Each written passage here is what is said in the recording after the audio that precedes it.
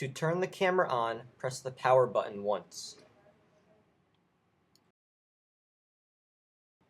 The viewer provides you with all of the essential information you will need in order to film. The very top right shows battery life, and to the left of that shows the current operation, whether paused or recording. Beneath the battery life is a counter showing the number of video clips that have been recorded on the camera. To the left of that is an icon that shows the focus setting, auto or manual. Beneath the clip counter is the remaining recording time on the card. Notice that this value changes depending on what recording mode you are on, SP, LP, XP, etc. The recording mode is shown in the bottom left of the viewer and should appear as SP, which is the optimal setting. Although the recording mode should be on SP to achieve the best balance between picture quality and file size, it is possible to change this setting. To do so, press the Func button near the bottom left corner of the viewer and use the joystick to scroll down to SP. It will now give you options for video bit rates. Notice that as you change the bitrate, the available record time also changes. To select the setting, simply use the joystick to highlight it and press Func again to exit the menu. To change the record destination, press the Func button and use the joystick to scroll to Menu. Press in the joystick to select it. Now use the joystick to scroll down to Rec Media for movies and Rec Media for photos. This is where you can choose whether you would like to save your footage on the internal memory or on the SD card. To select one or the other, just press the joystick in again and select which you would like to save on. To save on both at the same time, enable relay recording.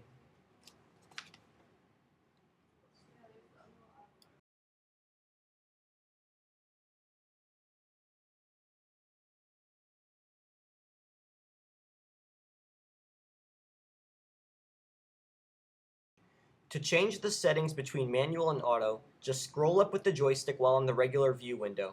This will open up a submenu where you can choose whether you want settings like exposure, focus, or mic level to be A, auto, or M, manual modes. Just press in the joystick to alternate between modes once you have the setting highlighted. The active setting will also appear in the bottom right of the viewer, and you will be able to press the joystick at any time to change it.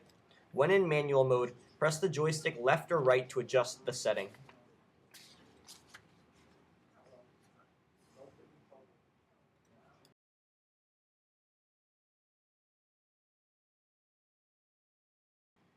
To view the memory information, press Func and scroll down to Menu.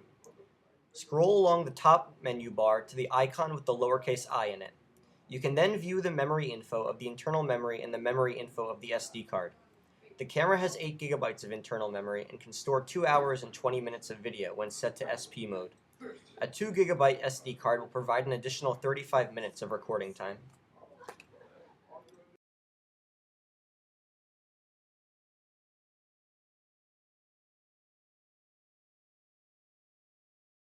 To load and change the battery and the SD card, just slide the hatch on the bottom of the camera open.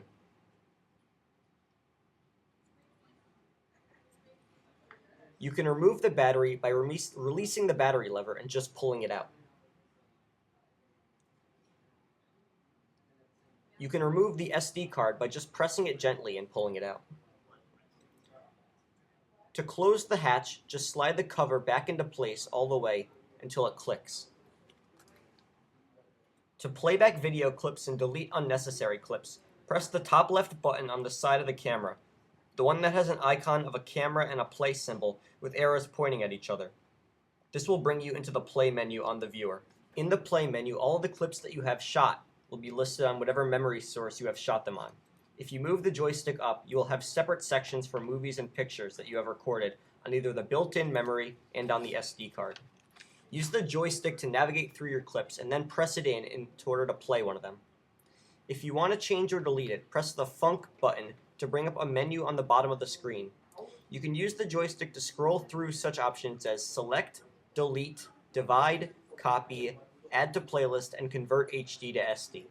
When you are done with this menu, just press the button on the side of the camera to go back to recording mode.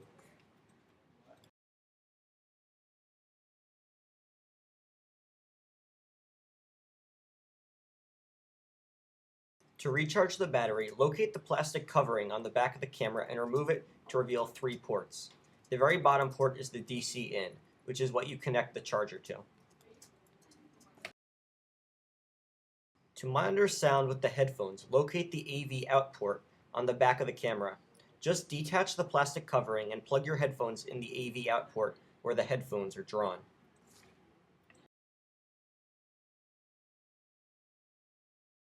In the default recording operating mode, you can adjust the volume of the headphones in the main menu by pressing Funk and then scrolling down to Menu, and then scrolling to the icon of the wrench with one circle in the top right corner. Here you can also select whether you want to send the output to a pair of headphones or to an AV source, such as a TV or projector. Make sure it is set to headphones. To reveal the audio level indicator on the viewer, scroll to the image of the camera with 3 circles, then scroll down and select Audio Level Indicator and make sure that it is set to On.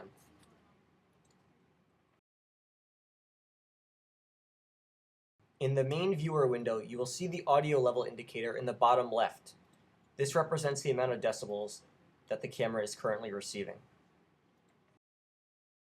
To record sound from an external microphone, find the AV out port where the headphone jack was on the back of the camera and plug the microphone into the red port above it that says Mic. To adjust the microphone level, go into the main viewer window and press up on the joystick to get into the joystick menu and scroll down to Mic level. When set to manual, you can use the left and right buttons on the joystick to increase or decrease the volume. As a guideline, adjust the audio recording level so that the audio level meter will stay around or just go above -12 decibel mark. It should not go all the way up to 0. This is a shotgun mic. To turn it on, simply flip the switch up to 90 degrees or 120 degrees. The number of degrees correspond to the scope of the audio input. You can also place the shotgun mic on a sturdy surface, like a tripod. A lapel mic is clipped to your shirt. There is a wire that you must hide, so you want to put all of the wire exposing part inside your shirt, leaving only the tip of the microphone exposed. You can then take the clip and clip it to your shirt. Pull the rest of the wire out, and you'll find a clip with the battery on it. This part you clip to your pants.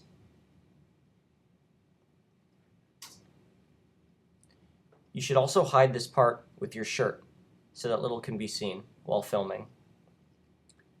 You can then take the rest of the microphone and plug it in to your camera. Both the shotgun mic and the lapel mic run on batteries. To open the lapel mic, simply unscrew the part that you clip onto your pants, and you'll find a small cylinder alkaline battery inside. For the shotgun mic, simply unscrew the bottom and pull off the covering. You can find a AA battery inside there as well. To connect the camera to the computer, you first must have the camera running on DC power. After the camera charger is plugged in, find the USB port on the back of the camera. The USB port is in the left plastic covering, and it is the top port.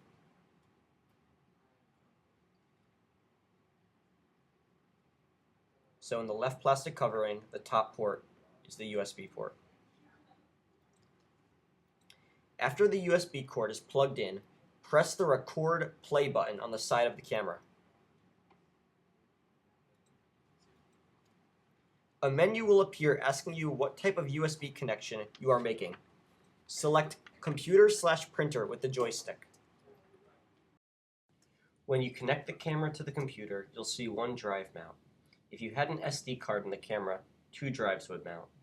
This drive represents the memory of the internal camera. Depending on where you saved your files, you will want to locate your storage medium, but it will most likely be on the internal memory. Once inside the internal memory, locate the folder AVCHD. You'll want to then copy this folder to your desktop.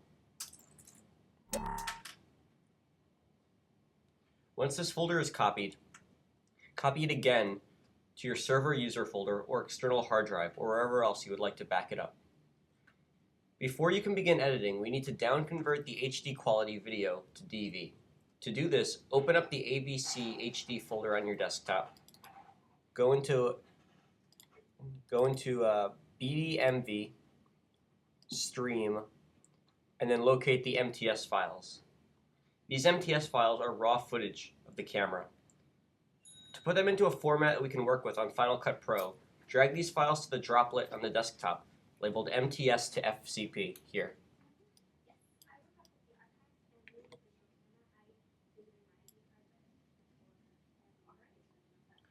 The files will then be converted. Clip 1 encoded. Clip 2 encoded. This will create a folder on the desktop called DV. You can drag this folder into Final Cut Pro and it will open it as a bin, allowing you to work with the files.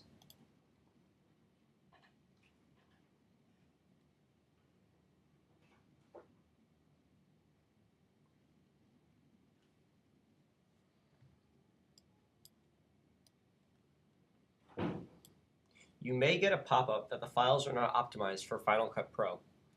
You can feel free to ignore this message. The files will be available in Final Cut Pro, and you can drag them into the timeline as you see fit.